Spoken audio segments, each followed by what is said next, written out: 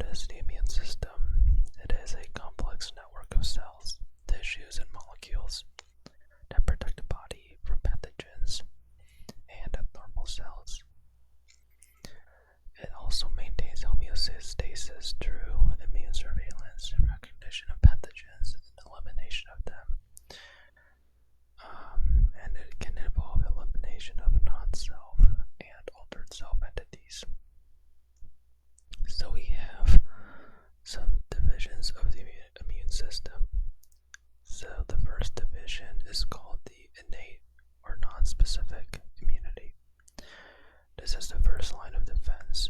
It is rapid but non-specific. It is present from birth and does not require prior exposure of pathogen in order for this form of defense to be activated. Here are the key components of the innate immune system. We have barriers that include skin and mucous membranes. These provide physical and chemical protection from pathogens. We also have cells like neutrophils, macrophages, dendritic cells, and natural killer cells. These are involved in phagocytosis of pathogens, cytotoxicity, and antigen presentation. We also have soluble factors like complement proteins, also known as C proteins, cytokines like interleukin-1 and tumor necrosis factor alpha, and acute phase proteins. These are responsible for inflammation, opsonization, and cell recruitment. So, we move on to pattern recognition receptors. These pattern recognition receptors recognize pathogen-associated molecular patterns or PAMPs, or damage-associated molecular patterns, or DAMPs.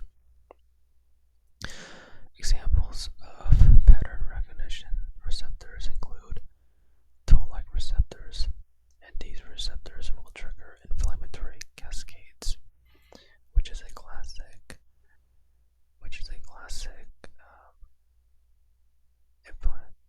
immunological response to pathogens. Alright, we now have adaptive or specific immunity. This is different from innate immunity in that it is involved in having a slower onset. It is also highly specific to the pathogen, and most importantly, it induces memory formation. This will typically be activated after innate immunity. And so there are two main components of adaptive immunity. We have number one, the humoral immunity. These involve B cells. These will be mediated by antibodies, and they will target extracellular pathogens. They are involved in class switching, affinity maturation, and the formation of memory B cells. On the other hand, we have cell-mediated immunity, which involves T cells. These T cells will target intracellular pathogens and tumor cells. There are subtypes that include the CD4 plus T cells. These are also known as helper T cells. They coordinate immune response, and these are examples of them. Then we have the CD8 plus T cells, also known as cytotoxic T cells. They directly kill infected or abnormal cells.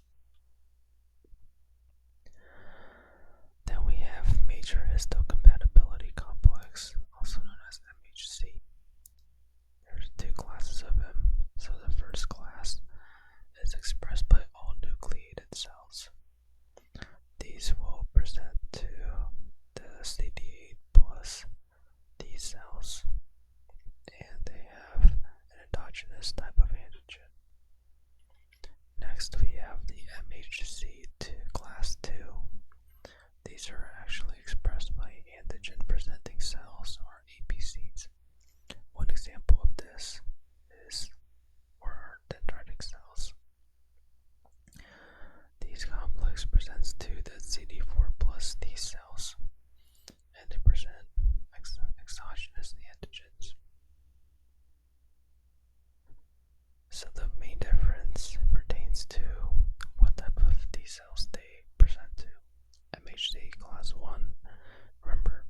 CD8 plus T cells, and endogenous antigens are involved.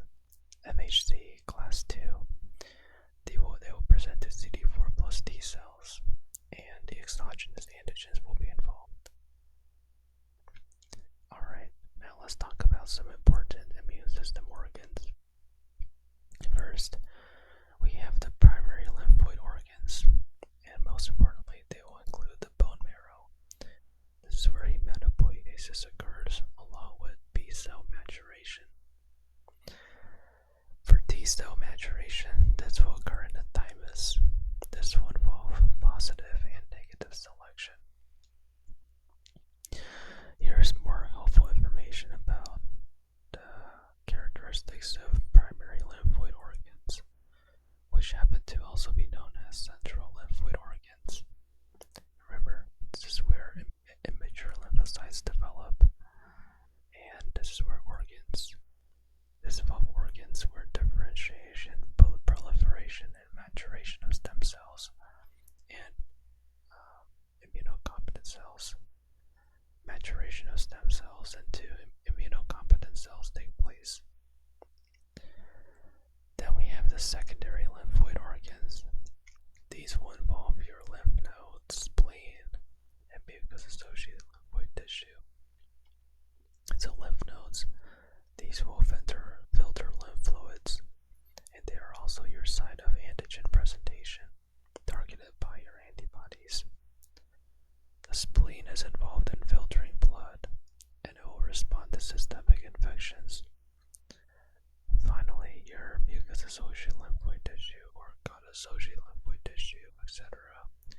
These will be involved in providing mucosal immunity. Again, here is more helpful information about secondary lymphoid organs. It is where antigen is localized so that it can be effectively exposed to mature lymphocytes, and this will be responsible for initiating adaptive immune response. And they will include your spleen, lymph nodes, tonsils, appendix, and Peyer's patches, which are located along the intestine. And finally, one of the hallmark characteristics of the immune system is memory and tolerance. So memory pertains to the rapid and robust response upon re-exposure. That's the key word, re-exposure. Tolerance is involved in preventing autoimmune responses through central and peripheral mechanisms. Alright, now that we covered all of that, let's talk about some clinical relevance to immunology. So, there are some immunodeficiencies we need to watch out for, such as severe combined immunodeficiency, the Chor syndrome, and common variable immunodeficiency. There are autoimmune diseases like systemic lupus erythematosus, rheumatoid arthritis, type 1 diabetes mellitus, and multiple sclerosis that involve the immune system.